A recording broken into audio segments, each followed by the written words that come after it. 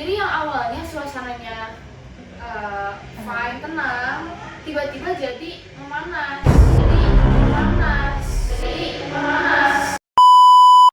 Nah, tapi aparatnya tuh melakukan penyerangan terlebih dahulu.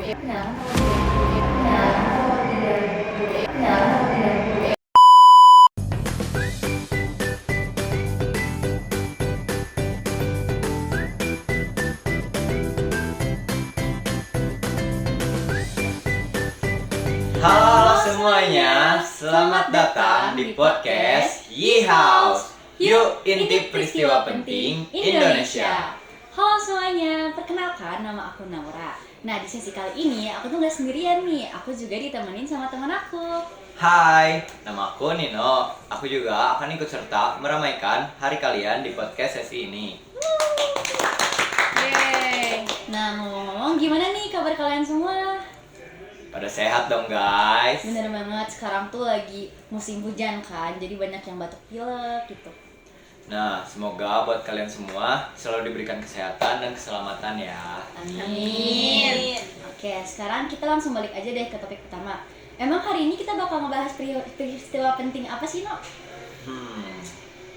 Spill aja nih. Spill aja dong, kasihan nih teman-teman yang sudah nungguin. Oke lah. Jadi hari ini tuh kita bakal ngejelasin peristiwa yang namanya Trisakti. Beneran? Iya Aku dong. tuh kayak pernah denger gitu peristiwa Trisakti, cuman aku tuh nggak tahu kejadiannya kayak gimana. Duh, kalau itu mah bukan keahlian aku ya. Tapi tenang aja Nau, aku di sini udah punya kenalan yang tahu banget nih tentang Trisakti ini. Oh gitu. Jadi langsung aja nggak sih kita Langsung aja tanya-tanya? sih, iya. Langsung aja ya. Oke, jadi guys, kita sambut untuk tamu spesial kita yaitu adalah Ayla dan Zaren. Hai. Gimana nih kabar kalian berdua? Alhamdulillah. Alhamdulillah sehat. Nah, di sini kita udah bareng Ayla dan Zaren nih guys. Nah, aku sama Nino tuh penasaran banget deh gimana sih peristiwa Trisakti itu terjadi dan kronologinya tuh kayak gimana? Oke, aku bantu jawab ya. Jadi pada bulan Mei di tahun 1998 itu adalah bulan dimana yang menjadi satu titik sejarah penting di Indonesia yang perlu kita ketahui. Langsung aja di tanggal 12 Mei 1998 itu terjadi peristiwa Trisakti. Yang dimana itu adalah peristiwa yang mahasiswa-mahasiswa dari kampus Trisakti itu melakukan demo besar-besaran di Jakarta gitu ya. Nah, untuk kronologi detailnya itu ada pada pagi hari jam 11-an gitu ya di Jakarta. Itu mahasiswa Trisakti itu melakukan aksi damai di kampus mereka. Tapi setelah itu mereka itu mau berangkat ke gedung DPR. Nah, sekitar jam 1-an itu mereka nyampe di kantor Wali Kota Jakarta Barat. Yang dimana aparat yang ngeliat tiba-tiba banyak banget mahasiswa di sana itu langsung menghadang mereka. Kayak siapa sih yang nggak kaget gitu kan? Nah, langsung menghadang. Abis itu di situ mahasiswa sama aparat itu berunding lah gitu ya. Ini ada apa? Ternyata mereka mau demo. Akhirnya aparat itu mengajukan kesepakatan sama mahasiswanya, gimana kalau misalkan kita damai aja, kalian pulang ke kampus Trisaktinya, terus kita damai, nggak akan ada yang terluka, semuanya fine gitu. Akhirnya si mahasiswa itu setuju aja gitu kan. Nah, 15 menit setelah itu tuh para mahasiswa tuh mulai pada mundur pelan-pelan. Tapi jam 4-nya itu ada tiba-tiba aparat yang memasang garis polisi, dan mahasiswa tuh kayak harus memberi jarak lah gitu 15 meter dari gedung atau kantor Wali Kota di Jakarta Barat. Nah, terus waktu mahasiswa itu pada bubaran gitu ke kampus mereka masing-masing, tiba-tiba itu ada aparat yang lagi di barisan mereka gitu ya, di sekitar mereka itu tiba-tiba mengolok-olok atau kayak mengejek dan berkata kotor atau kasar gitu ke para mahasiswa. Jadi yang awalnya suasananya fine, tenang, tiba-tiba jadi memanas. Siapa sih gitu ya yang nggak marah tiba-tiba diolok-olok? Nah, terus menurut saksi dari mahasiswa itu ada satu tembakan dari belakang yang ditembakkan oleh aparat. Nah sebetulnya nggak ngenain ke mahasiswanya, tapi siapa sih yang nggak kaget gitu kan. Iya. Nah mahasiswa itu dari situ tiba-tiba langsung kayak berlari-lari, kayak aur-auran gitu, ada yang kesana, ada yang kemari, ada yang teriak, ada yang apa, Panik karena ya. panik, siapa sih yang nggak takut gitu kan. Iya. Nah terus ternyata waktu ada aparat yang menembakkan satu tembakan itu, ada aparat lain yang mendengar satu tembakan itu sebagai tanda bahaya. Nah jadi kayak, wah apa nih, ada satu tembakan, berarti ini ada bahaya. Nah aparat yang mendengar itu tuh langsung ikut tembak-tembakan gitu ke mahasiswa-mahasiswanya. Dan itu tuh menjadi apa ya, suatu peristiwa di mana aparatnya menembak secara membabi buta. Jadi kayak dia nggak ngeliat mahasiswanya, langsung jedor jedor jedor jedor gitu Jadi kan. asal nembak aja Iya, gitu. asal nembak aja gitu. Nah terus juga selain penembakan, ada juga aparat yang melemparkan gas air mata di setiap sisi jalannya. Itu gila banget sih. Terus juga ada aparat, ya sampai-sampai ada aparat yang melakukan pelecehan seksual. Gila kan itu. Nah ada juga saksi lain dari mahasiswa yang mengatakan bahwa ada aparat yang standby gitu di jembatan layang. Kan view-nya kalau dari jembatan layang di atas gitu kan. Nah aparatnya itu kayak mengarahkan tembakannya itu ke arah mahasiswa yang lagi aur-auran di kampus mereka. Jadi kayak POV-nya di sini, tembakannya di sini, terus kampusnya tuh di sini. Kayak mereka langsung shoot ke para mahasiswa gitu kan. Nah itu tuh peristiwa itu terjadi selama 3 jam. Bayangin 3 jam tembak-tembakan. Nah terus dari situ ada 4 korban mahasiswa dari Trisakti yang meninggal di peristiwa tersebut gitu. Jadi buat mahasiswa empatnya tuh disebutkan nggak? Disebutkan. Jadi yang pertama itu ada Elang Mulia Lesmana, yang kedua ada Hafudin Rohan, yang ketiga ada Heri Hartanto, dan yang keempat ada Hendriawan. Nah selain itu tuh kan dari pihak mahasiswa Trisakti kan ya. Nah ada juga 2 warga sipil yang ikut menjadi korban di peristiwa itu. Namanya itu Vero dan Alan Mulyadi. Nah gitu. Jadi setelah mahasiswa-mahasiswa dari berbagai kota itu mengetahui kejadian Trisakti, itu mahasiswa itu malah ikut tersulut emosi gitu loh, karena kayak terpancing juga, kayak ini nggak ada apa-apa tiba-tiba ditembak aja gitu kan. Nah makanya dari setelah tragedi Trisakti itu muncullah berbagai demo-demo lain yang malah lebih besar gitu dari tragedi Trisakti gitu ceritanya. Oh, jadi gitu ya. Mm-mm. Nah, kalau latar belakangnya sendiri, kenapa sih mahasiswa ini ngelakuin demo gitu? Benar banget. Oke, jadi itu ada banyak banget latar belakang yang mendasari adanya demo ini. Jadi yang pertama itu ada karena krisis keuangan Asia di tahun 1997. Terus juga ada nilai tukar rupiah terhadap dolar yang hancur-hancurnya. Jadi kayak kalian bayangin dari 2.500 rupiah nih ke 11.700. Terus juga bahkan sampai ada ke 16.000. Itu kan mahal banget ya, gapnya tuh kayak berapa belas ribu gitu kan. Gimana nggak bangkrut gitu. Jadi produk-produk Amerika yang kita beli itu jadi mahal gitu, anjlok lah gitu. Terus yang ketiga juga ada tuntutan akan adanya pemerintah yang demokratis. Terus juga ada reformasi total. Terus juga ada tuntutan kepada Soeharto untuk turun jabatannya, karena pada menjabatnya Soeharto sebagai presiden itu masyarakat tuh menilai bahwa ini otoriter dan apa ya, Soeharto tuh nggak menerima kritikan dalam jabatan dia. Terus juga yang terakhir itu karena adanya krisis kepercayaan dan krisis hukum gitu. Oke. Tapi tadi kan kamu udah nyinggung ya kalau misalnya udah mahasiswanya tuh udah mau mundur dari kantor wali kota itu. Nah tapi aparatnya tuh melakukan penyerangan terlebih dahulu. Iya, betul. Boleh disebutin nggak tadi aparatnya tuh ngelakuin apa aja gitu sebagai penyerangannya kepada mahasiswa? Oke, sekarang aku perjelas apa aja pelanggaran HAM berat yang ada di sini gitu ya. Jadi yang pertama itu ada penyerangan secara massa mahasiswa dengan tembakan. Terus juga ada penembakan gas air mata kepada mahasiswa. terus juga ada penembakan secara membabi buta, terus juga ada pemukulan nih yang belum aku mention itu pemukulan dengan pentongan dan popor. Jadi kayak kalian bayangin ini pentongan terus dipukul ke mahasiswanya kan sakit banget itu ya. Terus juga ada penindasan, penginjakan, bahkan pelecehan seksual kepada mahasiswi gitu. Berarti di situ terjadi tindakan HAM yang sangat berat dong ya. Iya, betul banget. Lalu setelah peristiwa tersebut tuh ada nggak sih langkah yang diambil oleh pemerintah untuk mengatasi peristiwa Trisakti?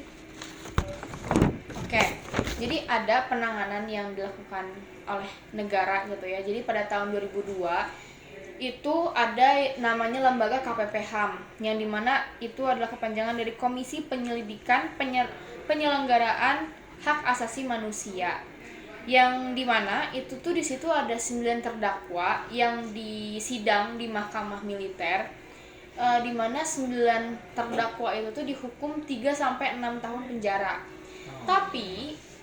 Tapinya adalah masyarakat, terutama keluarga korban, terus juga mahasiswa ataupun yang semua yang terlibat di situ tuh mereka tidak puas gitu dengan hukuman yang diberikan kepada 9 orang itu. Karena sebetulnya gini, mereka itu nyari siapa sih dalang atau siapa sih yang melakukan penembakan kepada mahasiswa gitu ya, karena nggak tahu kan, mereka pakai masker, terus juga secara anonim lah siapapun itu yang nembak mahasiswa 4 orang itu gitu.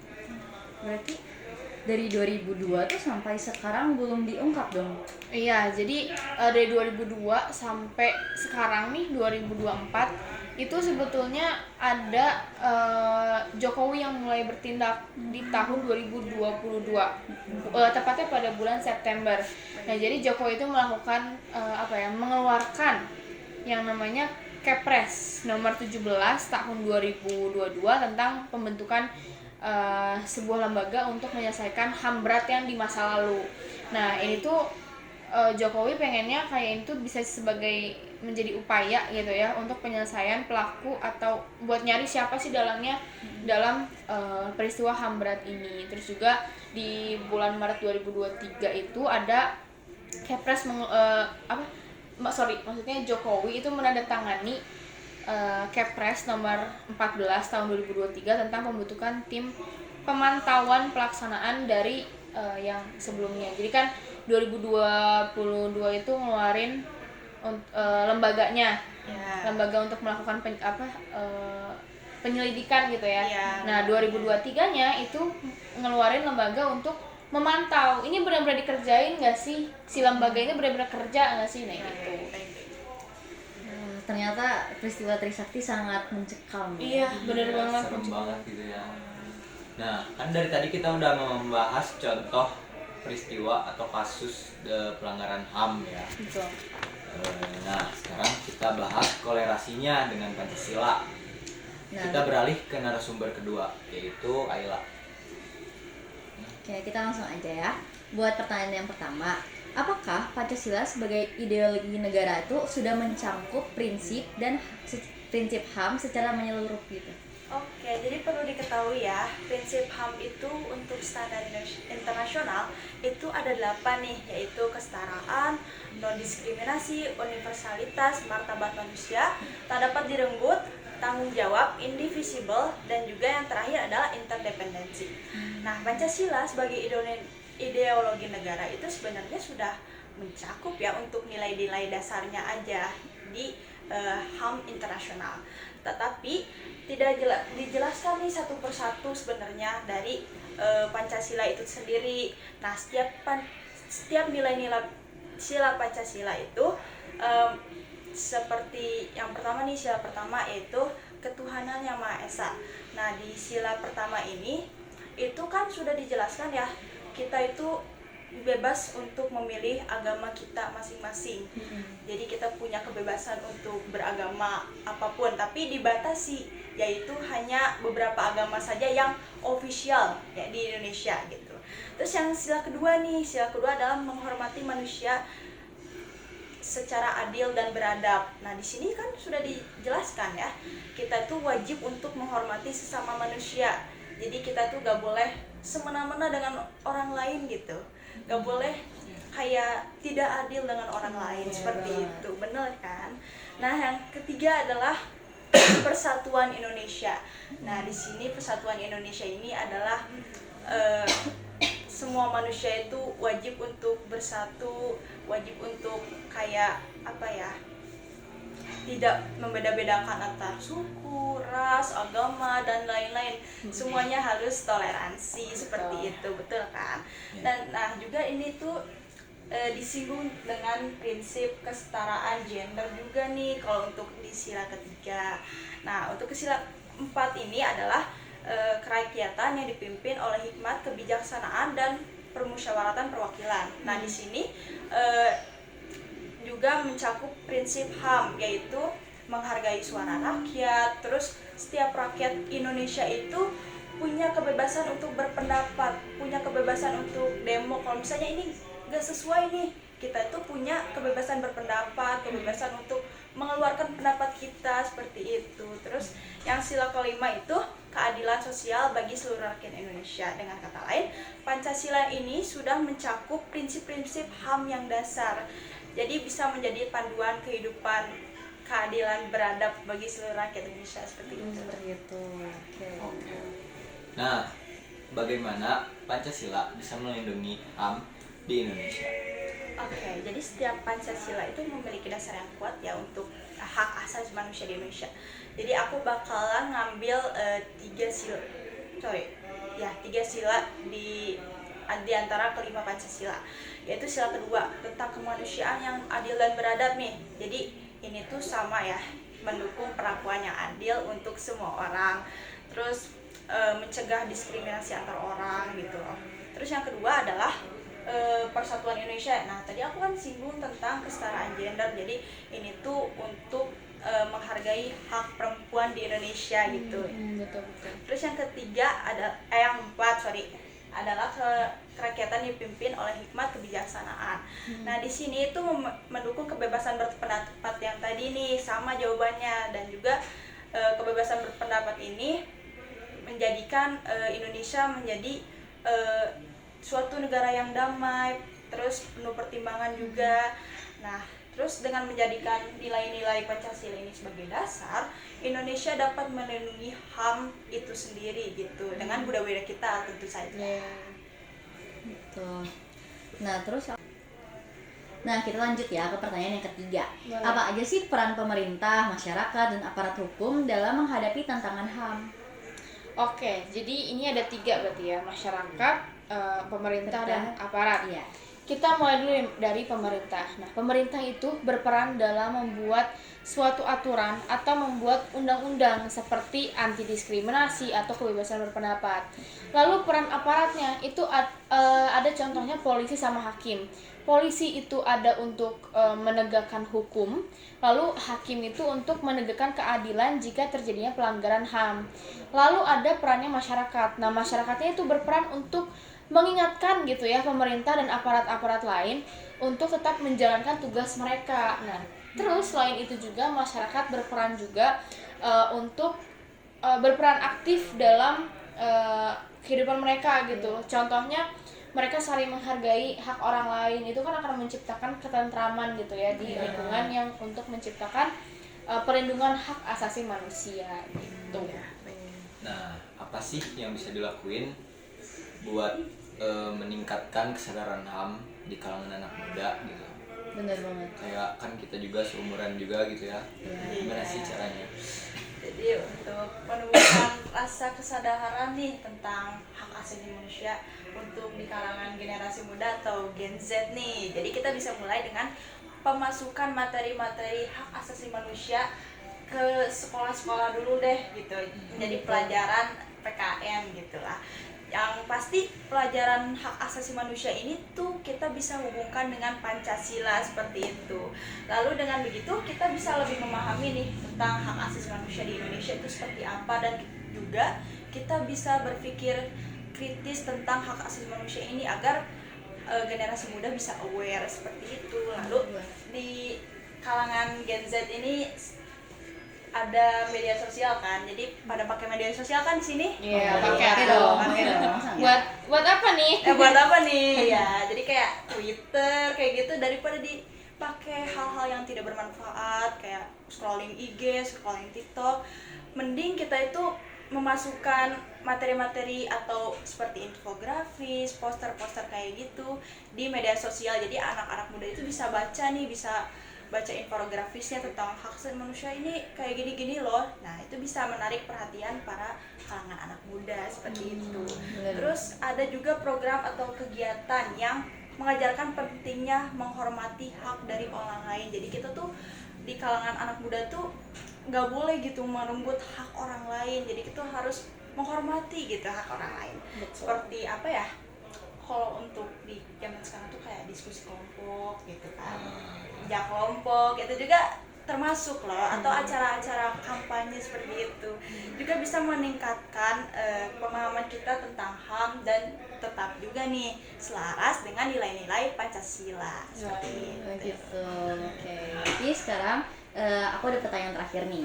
Baik. Aku mau nanya deh, bagaimana cara menjembatani Iya. perbedaan antara penerapan HAM di Indonesia dan standar internasional tanpa mengesampingkan nilai Pancasilanya?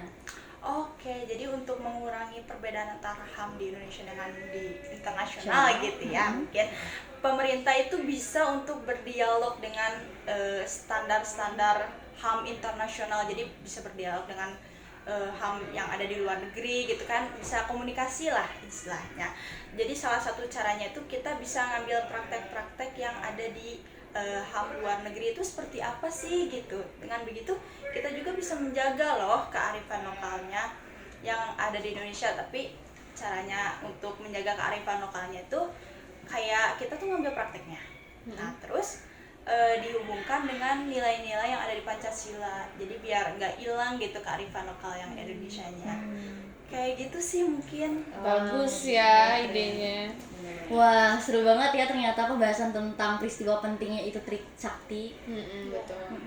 Iya nih. Tapi sayang banget sekarang kita udah masuk closing statement, guys. Ya, berarti kita udahan dong. Iya udahan. Iya. Tapi Iya. tenang aja, nanti mungkin kita bisa ketemu lagi di sesi-sesi selanjutnya. Oke. Oke, ya udah.